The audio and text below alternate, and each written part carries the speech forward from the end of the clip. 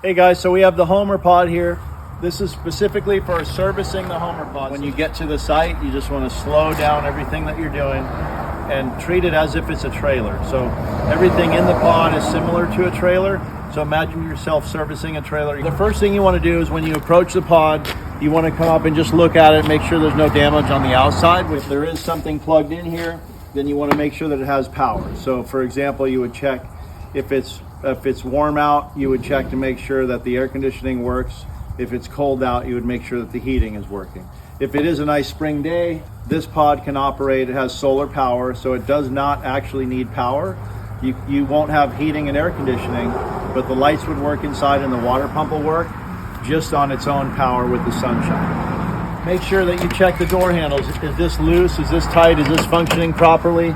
Is the lock functioning properly? That's very important, and this is one of those things that do get loose on these pods. The next thing is you want to make sure that, are these secure? Are they loose? Are they falling off? Is the toilet flushing properly? Is the water coming out properly? Is the pedal returning? A lot of times the spring tension on the pedal will break. So for example, you'll push it down and it will not return properly. So that's going to be an immediate call to the office. You're going to mark it as a partial and do your report on it, but you would call the office and let them know as well that pedal's sticking down, because what that means is it's going to deplete all the water after the first person comes to use it. So very important to check the operation of the toilet. Same thing on the sink. If you push the sink down, you want to make sure that the water is shutting off on its own within a few seconds. So it did, so it's working properly. We're good there. Make sure you restock all the supplies. You're going to make sure that you take your key. Every truck, by the way, should have a key in it. And if your truck does not have a key in it, then you want to make sure that you make a note of that specifically, and at the end of the day, get a key to these.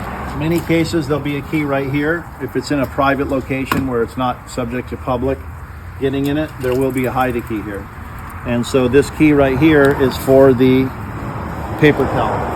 And so make sure you fill the paper towels, make sure you take care of this and fill that up, and you check all the functionality of it. Now, this particular pod is clean here, so we're not going to go through and clean this particular one, but what you would do is this carpet comes out. This carpet will come out, you'll shake out the carpet, and then you can actually hose this part down. So you're not going to hose down all this up here, obviously, but you can hose this down from here to here, and then you can get your vacuum from your truck and vacuum this up. It's okay if water gets on this. That way the unit is actually clean. So we will hose these units down when they're dirty to make sure that they're properly clean for the customer. Then after you vacuum it out, you'll take your microfiber rag and wipe it down in here to get the majority of that water out, and then you can put your carpet back inside. Around here, as far as pumping the pod and making sure that the water is filled. So this key here is the CH751. If you look in here, you can see it's got insulation on the tank, but you can see the water level. So the fresh water for this will be filled right here. You'll fill it up until it starts to overflow, and then you know that you're full. Waste tank pumping. This is the waste tank. This is where you pump it out with your truck, just like you would a porta potty. This tank is similar to a porta potty tank. The only difference is we are rinsing it every time, and we use more chemical. So this will lift out,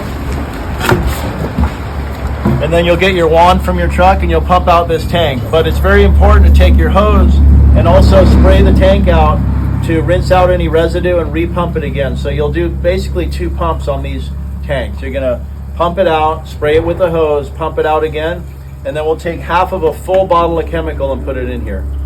So half of 1 full bottle, put it in here. This here is a drain, which is in another video. If you're gonna transport the unit, you can drain the freshwater tank with this hose here by just draping it down and undoing the cap and letting it go. When this goes back in, it pops in, slides over. This is supposed to go down here. I'm not going to push it down right now, but this would go down also, so it's fully sealed on there. So we're going to look at this panel here. This panel is where all the controls are, all the power is plugged in the back. So So you always want to make sure you're either doing heating or air conditioning, but not both at the same time. If it's summertime, then we wouldn't have this plugged in. We would have this plugged in, which is the air conditioner. So here it says AC unit. All of them don't have a note on there that says air conditioning unit, but if you follow this plug, you can see it goes right up into the air conditioner. So in this case, we're coming into warmer climate now. We're done with winter. So we're going to plug in this air conditioner, and we're going to go inside and we'll turn it off, but we'll know that the customer will have power now for the air conditioner. But we'll also make sure that we unplug the heating, because if we leave the heating plugged in and the air conditioner plugged in, it's going to blow the circuit on their building, and then they won't have any power. So it's very important to not have both at the same time. So if it was winter time, then we would unplug the air conditioner and we would plug in the heating. So the interior wall heat, I'm going to go ahead and unplug that. So now you can see here, we're no longer in winter time. So we're unplugging the heat for the waste tank. We're unplugging the piping heating, and we also unplug this heater, which is the interior wall heater here. So all three heaters are now unplugged, and now we have the air conditioner plugged. What you're finally going to do when you're done is go make sure one more time that everything's functioning properly, and go ahead and take photos and document that you've serviced everything, that the supplies are full, and that there's no issues with the unit. Thank you, guys.